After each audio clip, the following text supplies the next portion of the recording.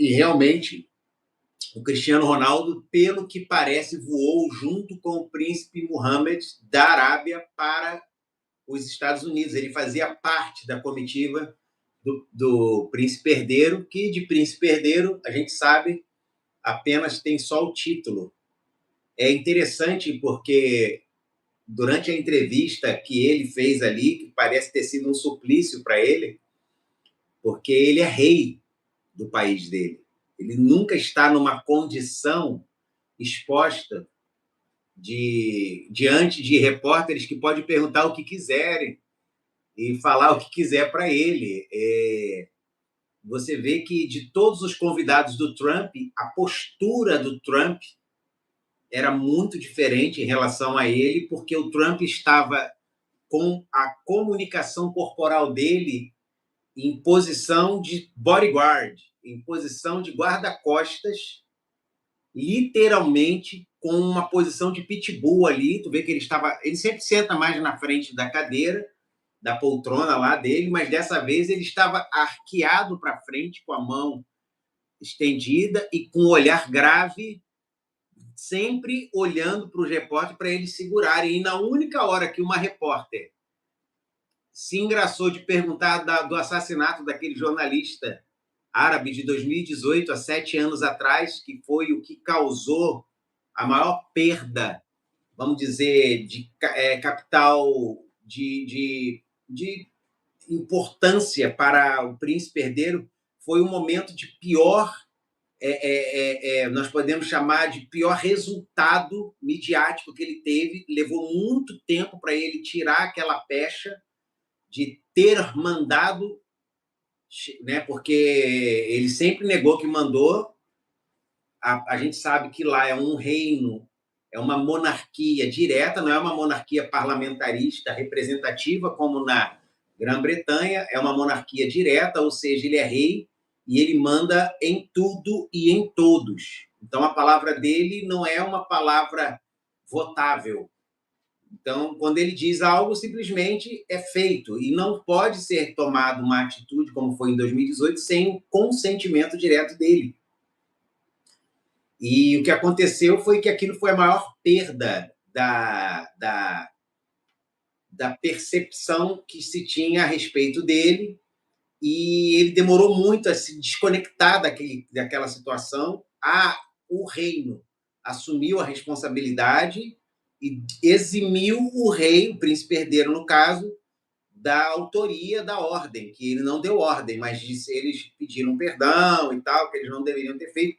O jornalista era árabe, mas era um cara era um Tim Lopes internacional.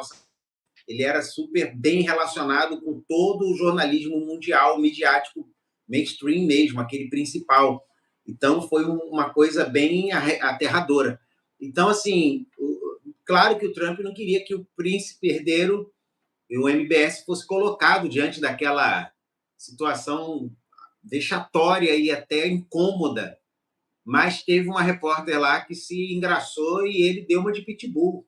Perguntou quem ela representava, só não chamou ela de cachorro e de lagartixa, jogou na parede por pouco, porque o resto ele fez. Ele realmente acabou com ela, dizendo que ela, né, era uma despreparada. O Trump literalmente respondia perguntas incômodas no lugar do príncipe, e o príncipe só respondia quando ele decidia, ele pedia para falar, praticamente. Porque o Trump fez um paredão ali. E isso fala muito sobre essa visita dele, sobre a importância que o Trump estava dando.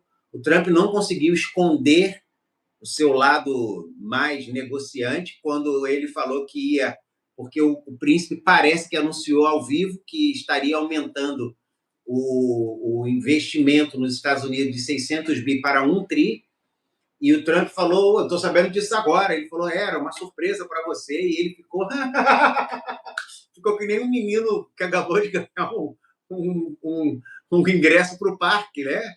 Porque isso faz muito sentido para ele no momento que ele está vivendo, das aberturas. O Senado americano hoje votou pela divulgação daqueles arquivos do homem que a gente não fala o nome, mas que parece com Einstein, e no lugar do... E antes do I tem um P, né? Fica igualzinho Einstein, mas se você bota o P, vira o nome do cara, né? E ali você vê que ele literalmente viu naquilo ali mais um reforço para tirar um pouco os olhos dessa situação que está causando um desassossego total no governo dele, e o FBI está marcando todo o texto, o que pode, o que não pode sair. Só que, assim, aqueles arquivos, aquela lista, ela é o verdadeiro pau que dá em Chico, dá em Francisco. Pega todo mundo, não pega só o governo dele e ele, envolve geral ali, pega democratas importantes de influência.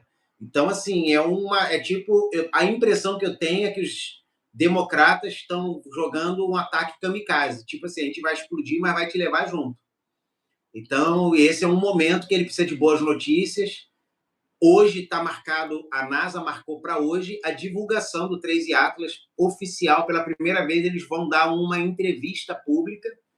Parece que o governo americano está levantando todas as frentes possíveis para diminuir o máximo o impacto dessa aprovação do Senado. Então, a gente sabe que muitas coisas na política acontecem assim. Então, a visita do príncipe herdeiro, o príncipe herdeiro decidiu falar sobre os acordos de Abraão. Posso continuar, doutor? Eu estou falando, tu não está quieto, eu estou.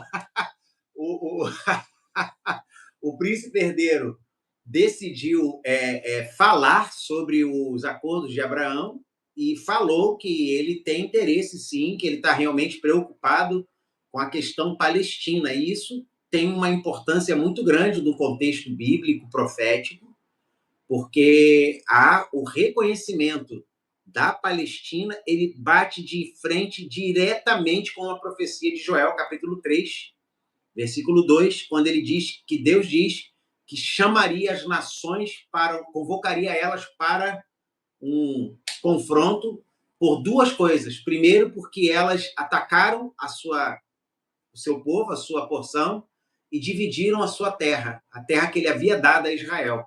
E foi votado essa semana na Assembleia, oficialmente, unanimemente, o acordo de 20 pontos do Jared Kushner, que também contempla a formação do Estado da Palestina. Você vê que o acordo do Jared Kushner, ele não vamos dizer, favorável 100% a Israel, e é muito desfavorável ao Hamas, porque o Hamas não aceitou a votação, falou que não aceitava as condições, que literalmente os 20 pontos acabam com todo o poder que o Hamas tem dentro da faixa de Gaza.